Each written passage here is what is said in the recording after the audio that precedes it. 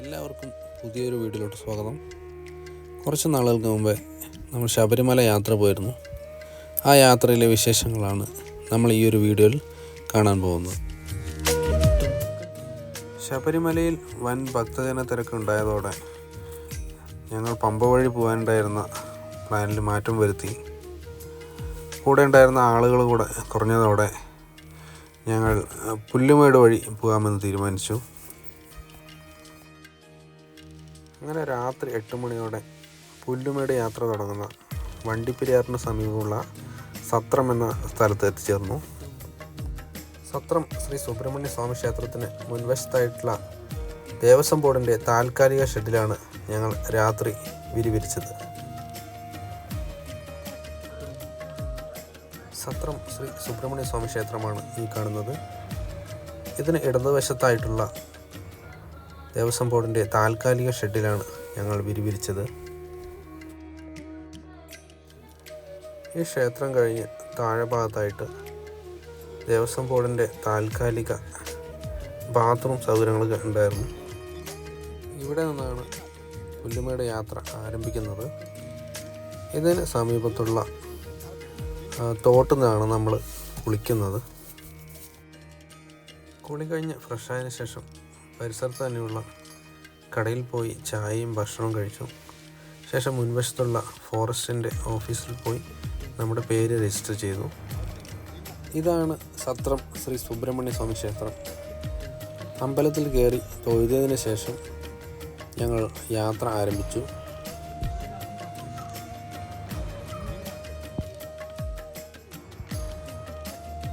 ഞങ്ങൾക്ക് മുൻപ് തന്നെ ഒരുപാട് സ്വാമിമാർ മലകയറ്റം ആരംഭിക്കാനായി കാത്തു നിൽക്കുന്നുണ്ടായിരുന്നു.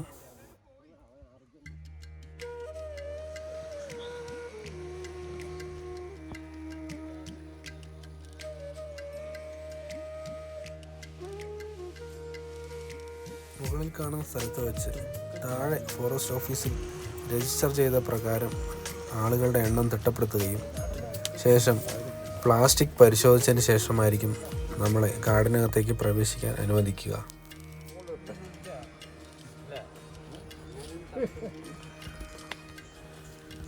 ഇവിടെ മുതൽ കുറച്ചു നേരത്തേക്ക് കുത്തനെയുള്ള കയറ്റമാണ്. ഏകദേശം അരമണിക്കൂറോളം നീളുന്ന യാത്രയാണ് ഈ ഒരു കയറ്റത്തിനുള്ളത്.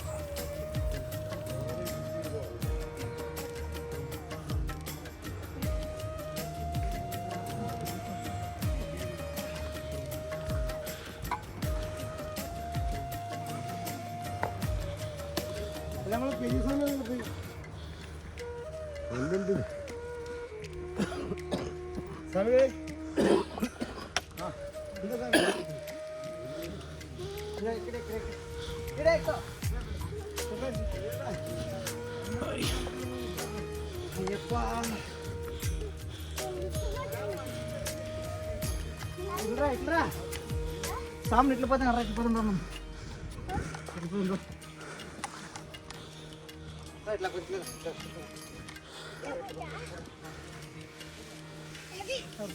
കുറച്ചു നേരം കുത്തനെയുള്ള കയറ്റത്തിന് ശേഷം നിരപ്പായ സ്ഥലത്തേക്ക് എത്തിക്കഴിഞ്ഞു. എങ്കിലും മലയുടെ മുകളിലെത്തിയെന്ന് പറയാനായിട്ടില്ല. ഇനിയും കുറച്ച് കയറ്റവും നിരപ്പായ വഴിയെല്ലാം വരുന്നുണ്ട്.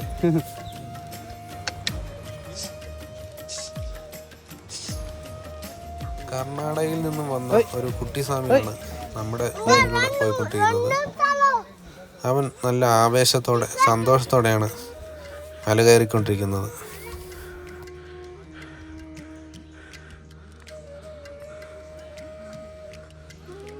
അങ്ങനെ കുറച്ചു നേരത്തെ കയറ്റത്തിന് ശേഷം താഴ്വരയെല്ലാം കാണാൻ തുടങ്ങി.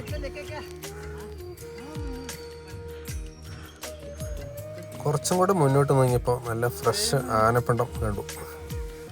ഇത് ഈ ഒരു യാത്രയിൽ ആദ്യമായിട്ടാണ് ഇങ്ങനെ ഒരു ആനപ്പിണ്ടം കാണുന്നത്.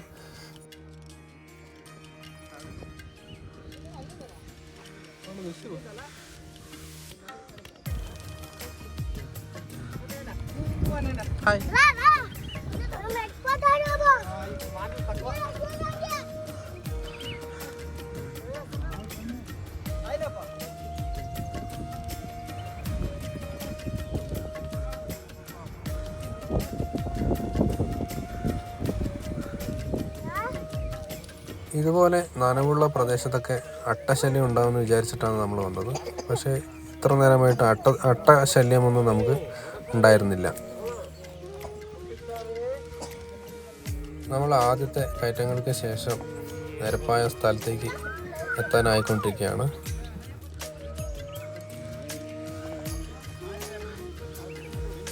കുറച്ച് നടക്കുമ്പോഴേക്കും അടുത്ത ആനപ്പിണ്ടം കണ്ടു. വഴിനീളെ ആനപ്പിണ്ടം ഉണ്ടെങ്കിലും നമുക്ക് വലുതായി പേടിക്കാനൊന്നുമില്ല.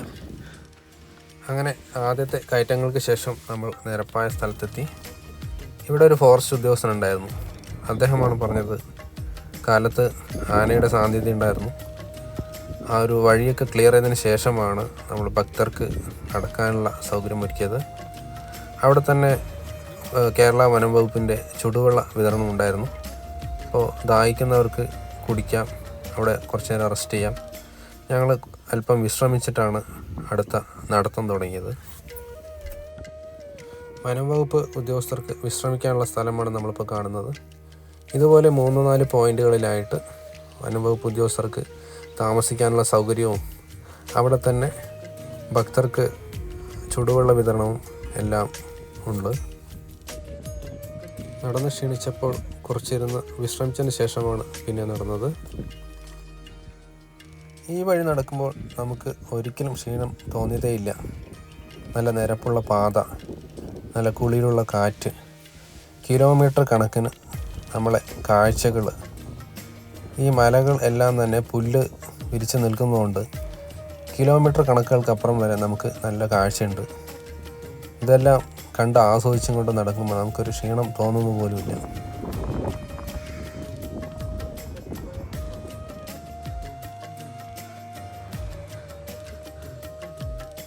നമ്മുടെ മുൻപിലായിട്ട് 100 കണക്കിന് മീറ്റർ അകലെയായിട്ട് നടന്നു പോകുന്ന സ്വാമിമാരാണ്. നമുക്ക് നല്ല രീതിയിൽ തന്നെ അവരെല്ലാം കാണാൻ സാധിക്കുന്നുണ്ട്. ക്യാമറയിൽ മാത്രമല്ല, നമുക്ക് നേരിട്ടും അങ്ങനെ തന്നെയാണ് അനുഭവം. ചുറ്റും കിലോമീറ്റർ കണക്കിന് പുല്ലുകൾ വിരിച്ച് കിടക്കുന്നതുകൊണ്ട് നമുക്ക് ആ ഒരു കാഴ്ചകൾ കണ്ടു നിൽക്കാൻ ആസ്വദിക്കാൻ തന്നെ സമയം പോരാത്തൊരവസ്ഥയാണ്. വളരെയധികം ഭംഗിയുണ്ട്. നല്ല സുന്ദരമായ ഒരു കാഴ്ചയായിരുന്നു. ഇതാണ് ഇപ്പോൾ നമ്മൾ നടന്നു പോകുന്ന പാത.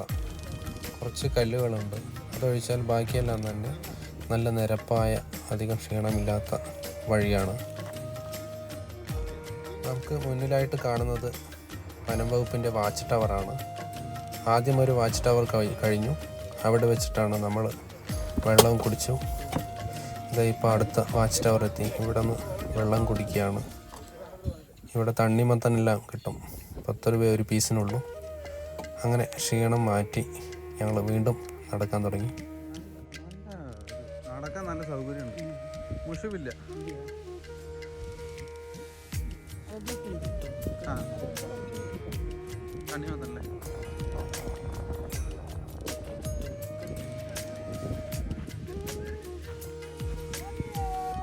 ശരണമയ്യപ്പ.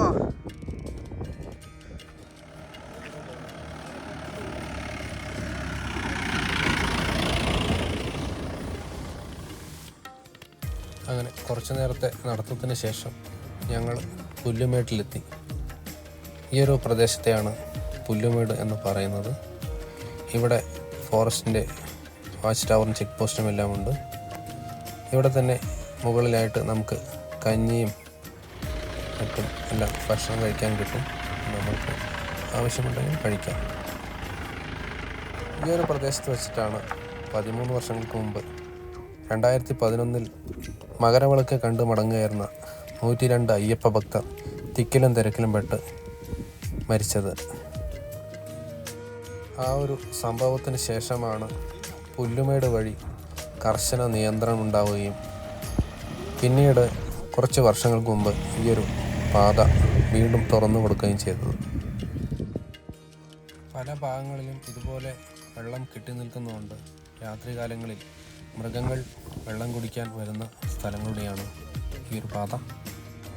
അങ്ങനെ ഒരുപാട് നേരമായി ആനയെ കാത്തു നിന്ന ഞങ്ങൾക്ക് ആനക്കൂട്ടത്തെയാണ് കാണാൻ സാധിച്ചത്. വളരെയധികം സന്തോഷമായ ഒരു കാഴ്ചയായിരുന്നു ഇത്.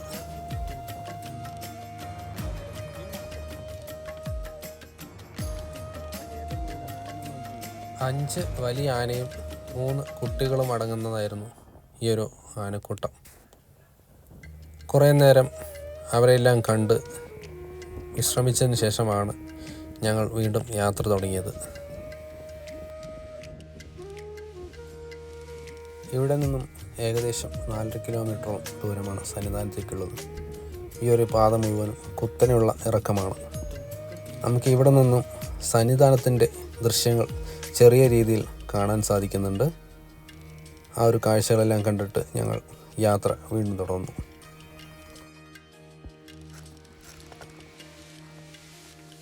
അങ്ങനെ ആ ഒരു ഇറക്കം കഴിഞ്ഞ് മരങ്ങൾക്കിടയിലൂടെ നടക്കാൻ തുടങ്ങി. ഇവിടെ പല ഭാഗത്തും ഒന്നുകിൽ പുലർച്ചെ അല്ലെങ്കിൽ രാത്രി ആന വന്നു പോയതിൻ്റെ ലക്ഷണങ്ങൾ പല ഭാഗങ്ങളായിട്ട് കാണാൻ സാധിക്കുമായിരുന്നു. കുറേ നേരത്തെ നടത്തത്തിന് ശേഷം അവിടെ ഒരു കട കണ്ടു. അതിന് മുന്നിലായിട്ട് സൗജന്യമായ കുടിവെള്ളം ഉണ്ടായിരുന്നു. അത് കുടിച്ചതിന് ശേഷം ഞങ്ങൾ വീണ്ടും നടന്നു. കുത്തനെയുള്ള വഴിയാണ് ഇതിലെ വഴി. ഈ പാതയുടെ ഇടതുവശത്ത് കുത്തനെയുള്ള ഒരു മലയിടുക്കാണ്. അതിനാൽ തന്നെ കാൽ വഴുതി കാട്ടിലോട്ട് വീഴാനുള്ള എല്ലാ സാധ്യതയുമുണ്ട്.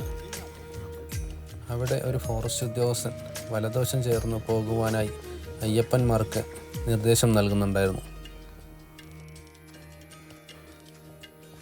ഇത്രയും നേരം കയറി വന്ന വഴികളേക്കാൾ അതികഠിനമായിരുന്നു ഈ ഒരു വഴി.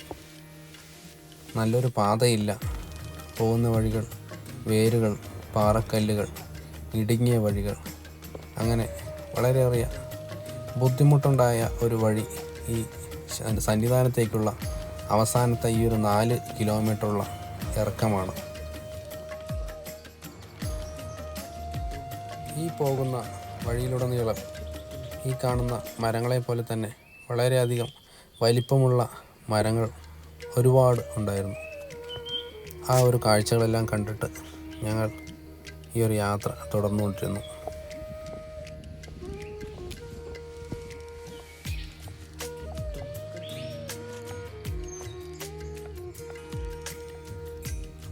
ഈ ഒരു കുത്തനെയുള്ള പാതകൾ കണ്ടപ്പോൾ എനിക്ക് കോയമ്പത്തൂർ പൂണ്ടിയിലുള്ള വെള്ളിയങ്കിരി മല കയറാനായിട്ട് പോയ ഒരു അനുഭവമാണ് എനിക്ക് ഓർമ്മ വന്നത്.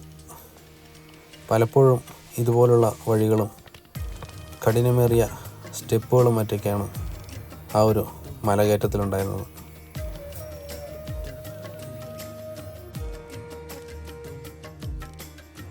കൃത്യം വഴിയിൽ തന്നെ വീണ് കിടക്കുന്ന ഈ ഒരു മരത്തിൻ്റെ വലിപ്പം നിങ്ങൾ കാണേണ്ടത് തന്നെയാണ്. വളരെയധികം അത്ഭുതപ്പെടുത്തുന്ന ഒരു വലിപ്പമാണ് ഈ ഒരു മരത്തിനുണ്ടായിരുന്നത്.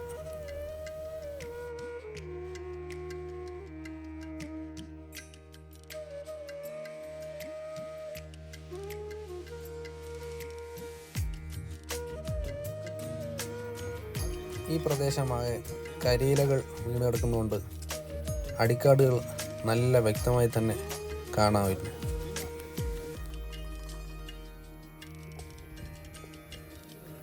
അങ്ങനെ കാലത്ത് 8 മണിക്ക് തുടങ്ങിയ യാത്ര 4.5 മണിക്കൂർ യാത്രയുടെ ശേഷം ഞങ്ങൾ സന്നിധാനത്തേക്ക് എത്തിച്ചേർന്നു. നടയടയ്ക്കാൻ സമയമായതിനാൽ അന്നദാനത്തിന് ശേഷമാണ് ഞങ്ങൾ തൊഴുതാൻ പോയത്.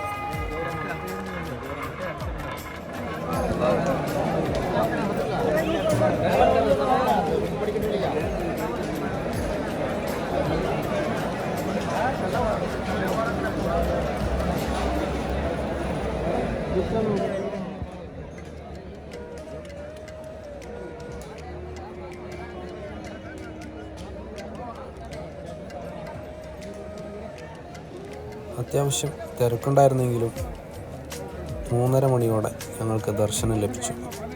ദർശനം കണ്ടു കഴിഞ്ഞ് ഞങ്ങൾ മലയിറങ്ങാൻ തുടങ്ങി. സ്വാമിയെ ശരണമയ്യപ്പ.